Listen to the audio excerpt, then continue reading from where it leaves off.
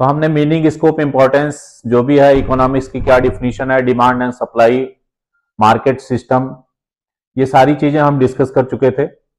आज का जो टॉपिक है वो मनी एंड बैंकिंग को लेकर के है।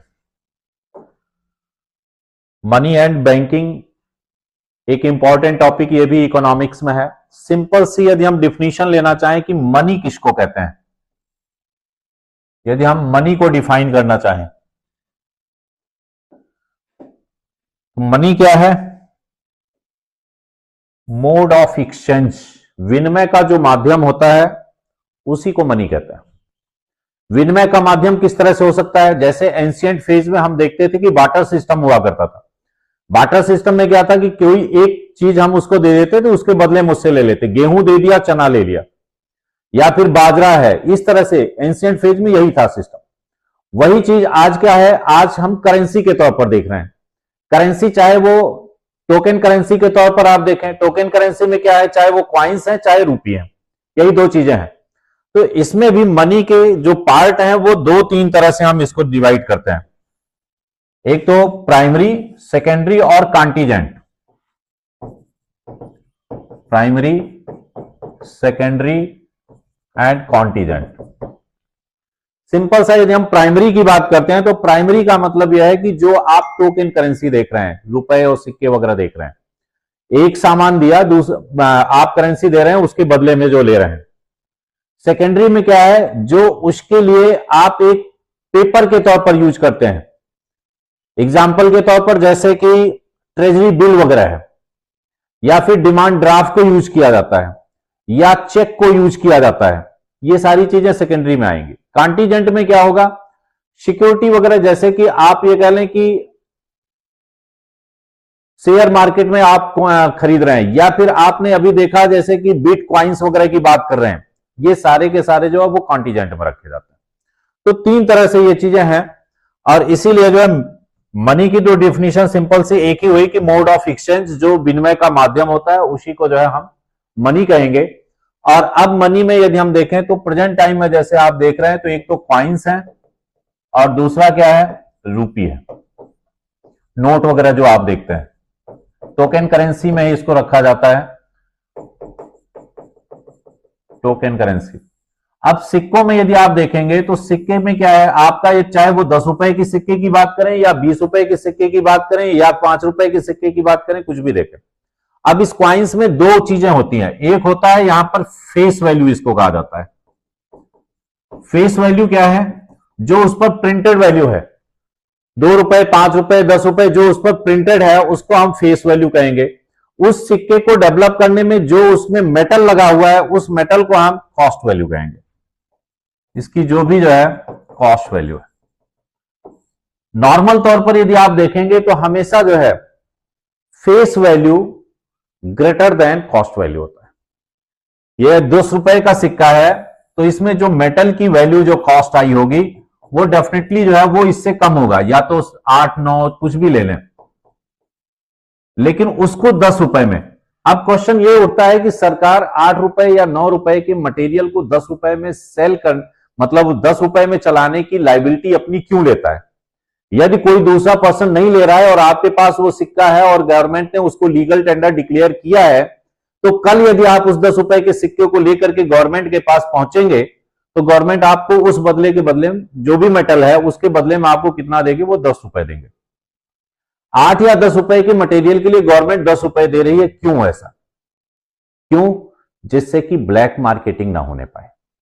ब्लैक मार्केटिंग कैसे है? आप एंशिएंट फेज में देखते थे, आपने मिडिवल एज में, मिडिवल हिस्ट्री में यदि आप देखेंगे तो एक रूलर रहा है जिसका नाम है मोहम्मद बिन तुगलक। उसने क्या किया था? चांदी के सिक्कों के पैरेलल में कॉपर क्वाइन शुरू कर दिया। सिल्वर क्वाइन की जगह पर कॉपर क्वाइन, दोनों इक्वल वैल्यू के। तो लोगों ने उस समय क्या किया? मोहम्मद बिन तुगलक के समय में आपने देखा है उस समय क्या हुआ कि उस लोगों के घर में जो है, वही लोग जो है टकसाल का काम करने लगे, मिंट का काम करने लगे।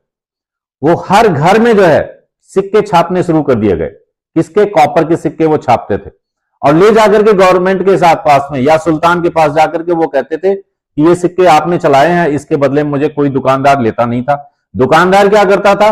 वो कहता था कि चांदी का सिक्का दो, और कस्टमर किसको देता था, वो कॉपर सिक्का देना चाहता था। एकदम मार्केट सिस्टम ही जो है वो रुक सा गया।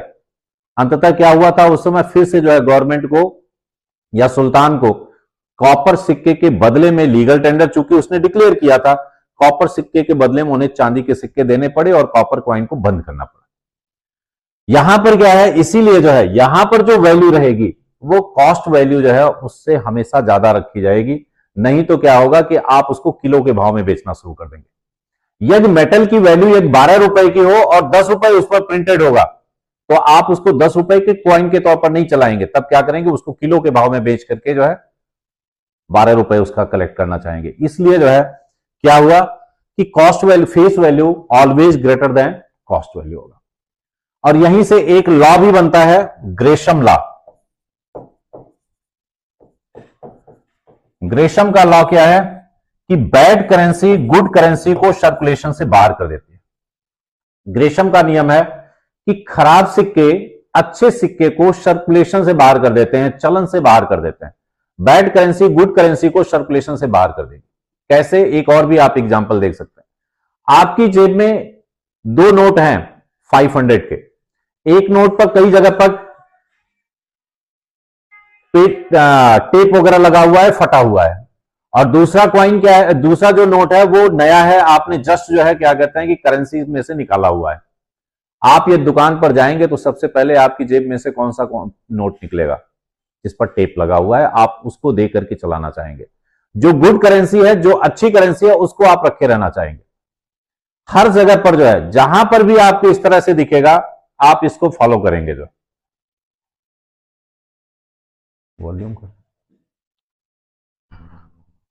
तो गुड करेंसी बैड करेंसी को, जो बैड करेंसी है वो गुड करेंसी को जो है चलन से बाहर कर देगी।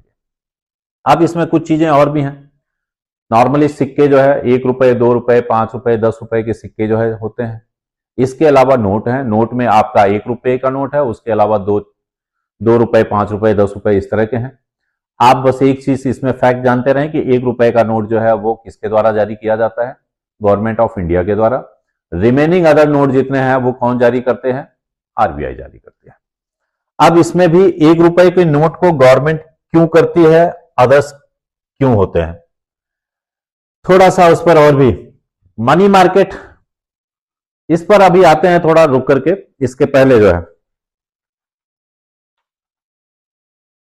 जो हम आरबीआई पर थे उस पर 1 रुपए का नोट भारत सरकार जो छोटे डेफिसिट्स हैं उनको कवर करने के लिए जो है गवर्नमेंट जो है छोटी करेंसी को अपने पास रखती है, जबकि जितनी बड़ी करेंसीज हैं वो सारी की सारी आरबीआई पैरेलल में करती है। और आरबीआई ऐसा नहीं कि अपने लेवल पर ही उसको कुछ भी प्रिंट करके डाल सकती है। यदि ऐसा होता है, अक्सर एक हमारे आपके माइंड में जैसे कि अक्सर जो है बच्चे कहना का होता है कि आरबीआई से जब इतना इजी है तो आरबीआई से क्यों नहीं छपवा लेते हैं सारी चीजें, जो है क्यों ऐसा जो है हमें दिक्कत, क्या दिक्कत है, क्यों? क्योंकि इंटरनेशनल मार्केट में आपको करेंसी की वैल्यू को जो है मेंटेन करना होता है। अब इंटरनेशनल मार्केट में यदि वैल्यू को आपको मेंटेन करना है, किस तरह से, आपका प्रोपोर्शनेट सिस्टम किसके बेस पर चलता है, जो आपकी फॉरेन करेंसी का स्टोर है और गोल्ड का स्टोर है। दो स्टोर पर देखा जाता है, गोल्ड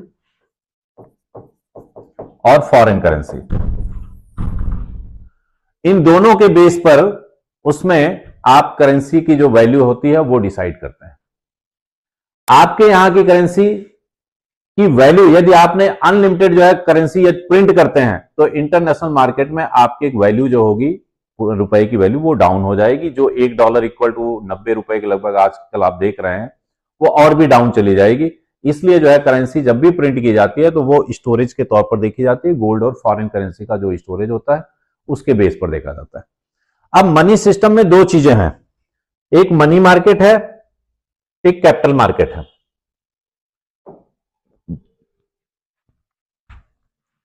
जिसमें हम सबसे पहले मनी मार्केट की बात करते हैं। मनी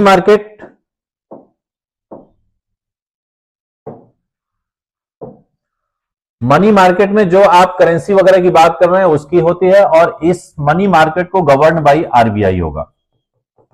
और दूसरा हमने कहा था कि capital market govern by SEBI होगा, security exchange board of India, SEBI जो है वो कैपिटल मार्केट को गवर्न करेगी, और मनी मार्केट कौन गवर्न करेगा, वो आरबीआई करेगी। अब आरबीआई किस तरह से करेगी, उसके पास कई टूल्स हैं। यहां पर देखिए इंस्ट्रूमेंट्स उसके क्या है, ट्रेजरी बिल्स है, कॉमर्शियल बिल्स है, call and short notice money है, सर्टिफिकेट ऑफ डिपॉजिट्स है, कॉमर्शियल पेपर्स हैं, सीपीस। ये 3 4 5 तरह से दिए गए हैं, जिसके तौर पर ट्रेजरी बिल क्या है, नॉर्मली जो आप ट्रेजरी बिल सुनते हैं वो चीज नहीं। जो हमारे बिल जो है ट्रांसफर करने के लिए ये सब चीजों के आते हैं, ईपीएस वगैरह, वो ट्रेजरी बिल नहीं। यहां पर जो हम आरबीआई के ट्रेजरी बिल की बात करते हैं। ट्रेजरी बिल क्या होता है, सिंपल सा एक पेपर होता है, यहां पर भी आप जानते रहे, उसके ऊपर आरबीआई लिखा होगा और उसकी वैल्यू एक डिसाइड हो जाएगी कि मान लीजिए कि 100 करोड़ का है। इस पर इशू की डेट होगी, किस तारीख को इशू किया गया, मैच्योरिटी डेट होगी, टाइम पीरियड होगा। टाइम पीरियड क्या है, 28 दिन, 90 दिन, 180 दिन, इस तरह से रखे जाते हैं। और इसमें क्या होगा, इसका ऑक्शन आरबीआई द्वारा किया जाएगा। अब ये सब के पीछे एक चीज और लग रहा होगा कि आखिर ऐसा हो क्यों रहा है, to control circulation of money in the market. RBI क्या करती है, मार्केट सिस्टम को कंट्रोल करने का काम करती है। चाहे महंगाई है या फिर रिसेशन है, ये सारी चीजें जो है, यदि बहुत ही मंदी की स्थिति आ गई तो भी जो है मार्केट में जो है करेंसी कम है, इसलिए मंदी की स्थिति आ रही, करेंसी का सर्कुलेशन बढ़ना चाहिए। या महंगाई बहुत बढ़ती जा रही है, इसके मतलब लोगों की पेइंग कैपेसिटी बढ़ रही है, तो पैसे जो है मार्केट से जो है वो सिंक करना होगा। यदि सिंक करेंगे तो अपने आप जो है ये चीज आ जाएगा। तो इसके लिए आरबीआई क्या करेगी, डिफरेंट इंस्ट्रूमेंट्स को यूज करेगी। ट्रेजरी बिल का आप एक एग्जांपल मैं ले रहा हूं। अब ट्रेजरी बिल क्या है, ट्रेजरी बिल डाला, उसकी एक निश्चित वैल्यू रख दी 100 सीआर का, और उसके बाद वो मार्केट में डाल देंगे, कहेंगे कि इसको जो भी खरीदना चाहे वो खरीद सकता है। ये बिल्स के अंतर्गत आते हैं, दो है, एक ट्रेजरी बिल, एक और भी वर्ड आता है ट्रेड बिल, उसको कहते हैं ट्रेड बिल। ट्रेड बिल कौन करेगा जारी, ये प्राइवेट इंटरप्राइज कर सकता है। हम आप में से कोई कंपनी बनाए हुए हैं तो हम आप भी जो है एक ट्रेड बिल डाल सकते हैं। लेकिन यहां पर जो ट्रेड बिल की जब बात आ जाती है तो वो जो है कैपिटल मार्केट की बातें के साथ जुड़ जाता है। लेकिन ट्रेजरी बिल की बात है तो वो करेंसी के साथ जुड़ा हुआ है, आरबीआई के साथ जुड़ा हुआ है। तो यहां पर जब 100 करोड़ का जब ट्रेजरी बिल आएगा तो उसमें पार्टिसिपेट कौन करेंगे, गवर्नमेंट कर सकती है, फॉरेन बैंक्स कर सकती है, डोमेस्टिक बैंक्स कर सकते हैं, कोऑपरेटिव सोसाइटीज कर सकती हैं। ये सारे उसको परचेज करने के लिए जाएंगे। परचेज के समय में भी क्या होगा, इसकी वैल्यू 100 करोड़ है, आज की डेट में आप कितने में लेना चाहते हैं ये डिसाइड किया जाएगा। इसके लिए क्या होगा, ऑक्शन होगा। ऑक्शन में मान लीजिए इसकी वैल्यू जाती है कि 97 सीआर। इसका मतलब क्या है, देखिए एक चीज है कि उसकी 100 करोड़ की वैल्यू कितने दिन के बाद है, जो उसका टाइम पीरियड लिखा गया है। फॉर एग्जांपल 28 डेज लिखा है, तो 28 डेज के बाद उस ट्रेजरी बिल को जब आप आरबीआई के पास ले जाएंगे तो आपको उस पेपर के अगेंस्ट में वो कितना देंगे, 100 सीआर देंगे। तो आज की डेट में जाहिर सी बात जो भी ऑक्शन होगा उसकी वैल्यू क्या होगी, 100 से कम ही होगी, 97 95 जो भी ऑक्शन में जाता है। मान लीजिए मैक्सिमम 97 जाता है, तो ये जो वैल्यू आती है इसी को कहा जाता है फ्लोर वैल्यू, और इसको क्या कहते हैं, फेस वैल्यू। आप यहां पर भी जानते रहे कि floor value always less than face value. Treasury bill में हमेशा क्या होगा, उससे कम होगा। अब इसके बाद क्या होगा, यदि मान लीजिए कि किसी बैंक ने ले लिया या फॉरेन इंस्टीट्यूशंस ने, कोई भी 2004 के बाद से फॉरेन इंस्टीट्यूशंस को अलाउड किया गया, उसके पहले नहीं था। तो इसके बाद क्या होगा कि उस ट्रेजरी बिल को लेकर के वो जाएगा, आफ्टर 28 डेज के बाद जब आएगा तो उसको आरबीआई कितना दे देंगे, 100 सीआर का दे देंगे। आप कहेंगे इसमें फायदा क्या हुआ, फायदा ये हुआ कि 28 डेज के लिए 100 सीआर की जो करेंसी मार्केट में फ्लोट कर रही थी वो रुक गई। और यदि वो रुक गई तो जाहिर सी बात है कि मार्केट की जो महंगाई होगी वो कुछ ना कुछ कंट्रोल में आ जाएगी। ये हुआ जो है ट्रेजरी बिल में। इसी तरह से ट्रेड बिल की बात करें, ट्रेड बिल कौन करेगा, हमने कहा कि प्राइवेट इंटरप्राइज या एंटरप्रेन्योर कर सकता है। हमने कोई एक अपना कॉन्सेप्ट डाला और कॉन्सेप्ट डाल करके जो है बना करके उस प्रोजेक्ट को क्या किया कि मार्केट में फ्लोट कर दिया कि हमारा इस तरह का कॉन्सेप्ट है, कोई लेना चाहे तो वो जो है हम इसमें 2 करोड़ का या 5 करोड़ जो भी है उस तरह से कर सकते हैं। जो लेने आना चाहते हैं तो वो ले सकते हैं। अब यहां पर भी किस पर डिपेंड करेगा ये सारी चीजें। आपने 5 करोड़ का यदि आपने फ्लोट किया तो लेने के लिए कौन सा आएगा? आप किसी को भी कॉल कर सकते हैं, लेकिन कोई आपका आएगा। हम आप ये करेंगे, ये सारा का सारा डिपेंड किस पर करेगा? क्रेडिट और गुडविल पर। यदि गुडविल अच्छी होगी, हम फ्लोट करेंगे तो कोई नहीं आ सकता है, हो सकता है। लेकिन यदि यही चीज जो है मुकेश अंबानी यदि करते हैं या अडानी करते हैं तो बहुत सारे लोग आ जाएंगे, बहुत सारी बैंक्स वहां पहुंच जाएंगे, उसको परचेस करने के लिए आ जाएंगे। फॉर एग्जाम्पल कोई न्यू कॉन्सेप्ट पर जो है अडानी ग्रुप आता है, सोलर को लेकर के कोई एक कॉन्सेप्ट डालते हैं, तो उसके लिए उन्होंने कहा कि हम इस तरह से, हमें करेंसी के लिए ये प्रोजेक्ट होगा, इस तरह से प्रॉफिटेबिलिटी होगी और हम इस तरह से वापस करेंगे। आप देखते हैं अक्सर पेपर में इश्यूज वगैरह को लेकर के आता है डिटेल, जो है बिजनेस पेपर वगैरह में देखेंगे तो उसमें दिखेगा। उसको डालने के बाद जो है डिफरेंट बैंक्स वगैरह उसको परचेज करने के लिए जाते हैं, वो वहां से जो है इसका रहेगा। लेकिन उसके लिए वहां पर क्या है? गुडविल होनी चाहिए, क्रेडिट होनी चाहिए। जब तक क्रेडिट नहीं होगी तब तक जो है वो चीज नहीं होगा। दूसरा जो है यहां पर कॉमर्शियल पेपर्स, ये भी बैंक जो है इसमें ज्यादातर मोस्टली जो है कॉमर्शियल बैंक ही पार्टिसिपेट करते हैं। यहां पर call short term money, short term के लिए जो है मनी जो है आरबीआई कॉल करती है। अब आरबीआई के इंस्ट्रूमेंट्स भी और भी हैं, जैसे कि CRR, SLR, repo rate, reverse repo rate, open market operation, ये 5 चीजें हैं। CRR, cash reserve ratio. आप एक चीज और जानते रहे, जितनी भी कॉमर्शियल बैंक्स होती हैं वो सब शेड्यूल 2 के अंतर्गत आरबीआई में रजिस्टर्ड होते हैं। जब तक उसमें रजिस्टर्ड नहीं होंगे तब तक वो कॉमर्शियल बैंक का काम नहीं कर सकते हैं। अब बैंक में एग्जाम्पल यहां पर लेते हैं थोड़ा, आरबीआई किस तरह से इनको कंट्रोल कर रही है। आरबीआई के अंडर में जितनी भी शेड्यूल 2 की बैंक हैं उनको ये सारे इंस्ट्रूमेंट्स का फॉलो करना पड़ता है। कौन से? ये 5 जो पैरामीटर्स हमने लिखे, ओपन मार्केट ऑपरेशन और ये सब। अब कोई भी बैंक जिसने आरबीआई में रजिस्टर्ड है, यहां पर आरबीआई है, इसके अंडर में जो है क्या होंगी? कॉमर्शियल बैंक्स हो गई। जो है कॉमर्शियल बैंक्स क्या करेंगे? डे बाय डे का जो है क्या कहते हैं कि लेन देन का काम, सेविंग का बात हो सकती है, लोन का बात हो सकता है, कोई भी चीजें हो सकती हैं। अब यहां पर जो कॉमर्शियल बैंक्स हैं, जितनी भी इनके पास सेविंग वगैरह हो रहा है या जो कुछ भी है, तो उसमें एक टर्म आएगा सीआरआर, कैश रिजर्व रेशियो। एक निश्चित हिस्सा जो है उस सेविंग का किसके पास रखना पड़ेगा? आरबीआई के पास।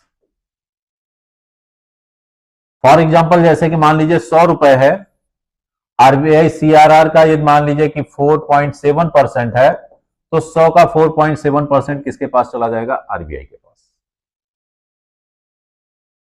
अब दूसरा टर्म है एसएलआर। यहां पर भी आरबीआई कहती है कॉमर्शियल बैंक्स को कि आप एक निश्चित हिस्सा अपने पास कैश इन हैंड जो है अपनी खुद की ब्रांच में रखें। अराउंड मान लीजिए 24-25% है। इतना हिस्सा कहां पर रखना पड़ेगा? आपको अपनी बैंक में रखना पड़ेगा। ये किस लिए है? ये सारी की सारी जो है मॉरल गाइडलाइंस हैं। क्यों है? रजिस्ट्रेशन तो आप बैंक का आसानी से करा लेंगे। कराने के बाद आपने सोचा, मान लीजिए कि एक प्राइवेट बैंक है, उसने रजिस्ट्रेशन करा लिया शेड्यूल 2 के अंतर्गत जो आरबीआई में, और आपको लगा कि एसबीआई ग्रुप बहुत बड़ा है और आपने उसको जो है कंपटीशन देने के लिए आपने कहा कि आप हमारे यहां सेविंग कीजिए, जो है जितना डिपॉजिट करेंगे उसका 10% 15% इंटरेस्ट रेट पर हम जो है आपका सेविंग ले रहे हैं। जहां पर आप करंट सेविंग अकाउंट पर 2.4% नॉर्मली है बैंकों में। यदि उन्होंने कंपटीशन देने के लिए 5% 10% कर दिया तो कस्टमर क्या करेगा?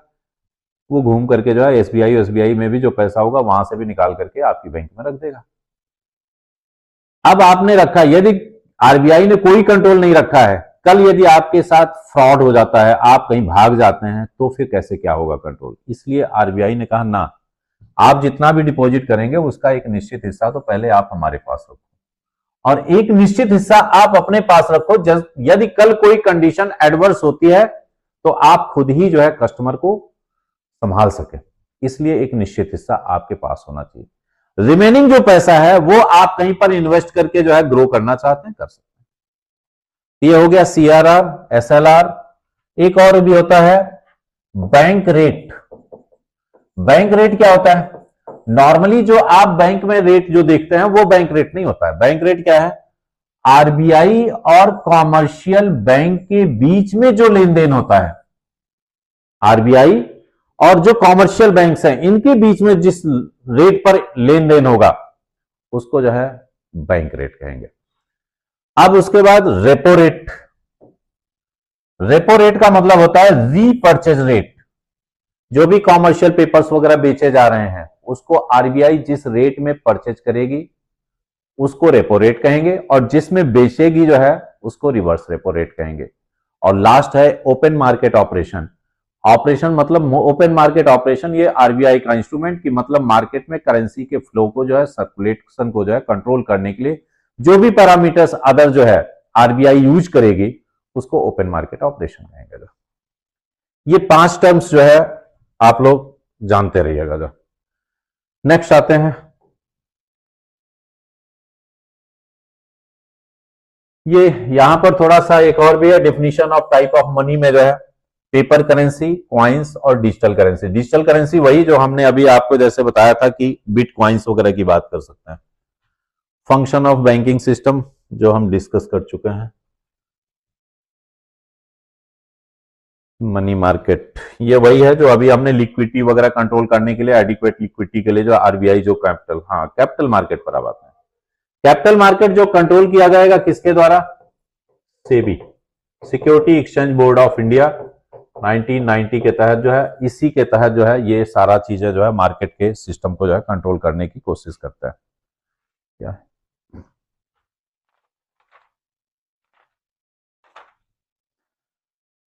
हाँ, मार्केट सिस्टम में के अलावा जब कैपिटल मार्केट की बात करते हैं तो कैपिटल मार्केट किसके द्वारा कंट्रोल किया जाएगा? बॉन्ड्स के थ्रू, शेयर्स के थ्रू, जो भी शेयर्स वगैरह इशू किए जाएंगे। शेयर्स हमेशा जो है ये कंट्रोल किसके थ्रू होंगे? सेबी मार्केट के थ्रू होगा। इसी तरह से डिवेंचर पेपर्स हैं, ये बॉन्ड्स जो है आरबीआई किसके लिए जारी करेगा? ये मनी मार्केट के लिए, और ये जो है सेबी करेगा किसके लिए? कैपिटल मार्केट के लिए। और डिवेंचर पेपर्स ये भी सेबी करेगा कैपिटल मार्केट कंट्रोल करने के लिए। सिमिलर से हैं, जैसे कि वहां पर आरबीआई बॉन्ड इशू करता है, यहां पर क्या होता है? शेयर्स जारी होता है। इसी तरह से वहां पर कॉमर्शियल पेपर्स, जिस तरह से यहां पर डिवेंचर पेपर है वहां पर हमने आरबीआई का बताया था कि कॉमर्शियल पेपर्स जो है आरबीआई जो है मनी मार्केट को कंट्रोल करने के लिए यूज करते हैं। तो ये सारी चीजें हैं। इसके बाद म्यूचुअल फंड्स जैसे कि आरबीआई की तरफ से होगा, इधर जो है अलग से फाइनेंशियल इंस्ट्रूमेंट्स होते हैं। बस ये है, ट्रेजरी बिल, बिल्स, और क्या बचा?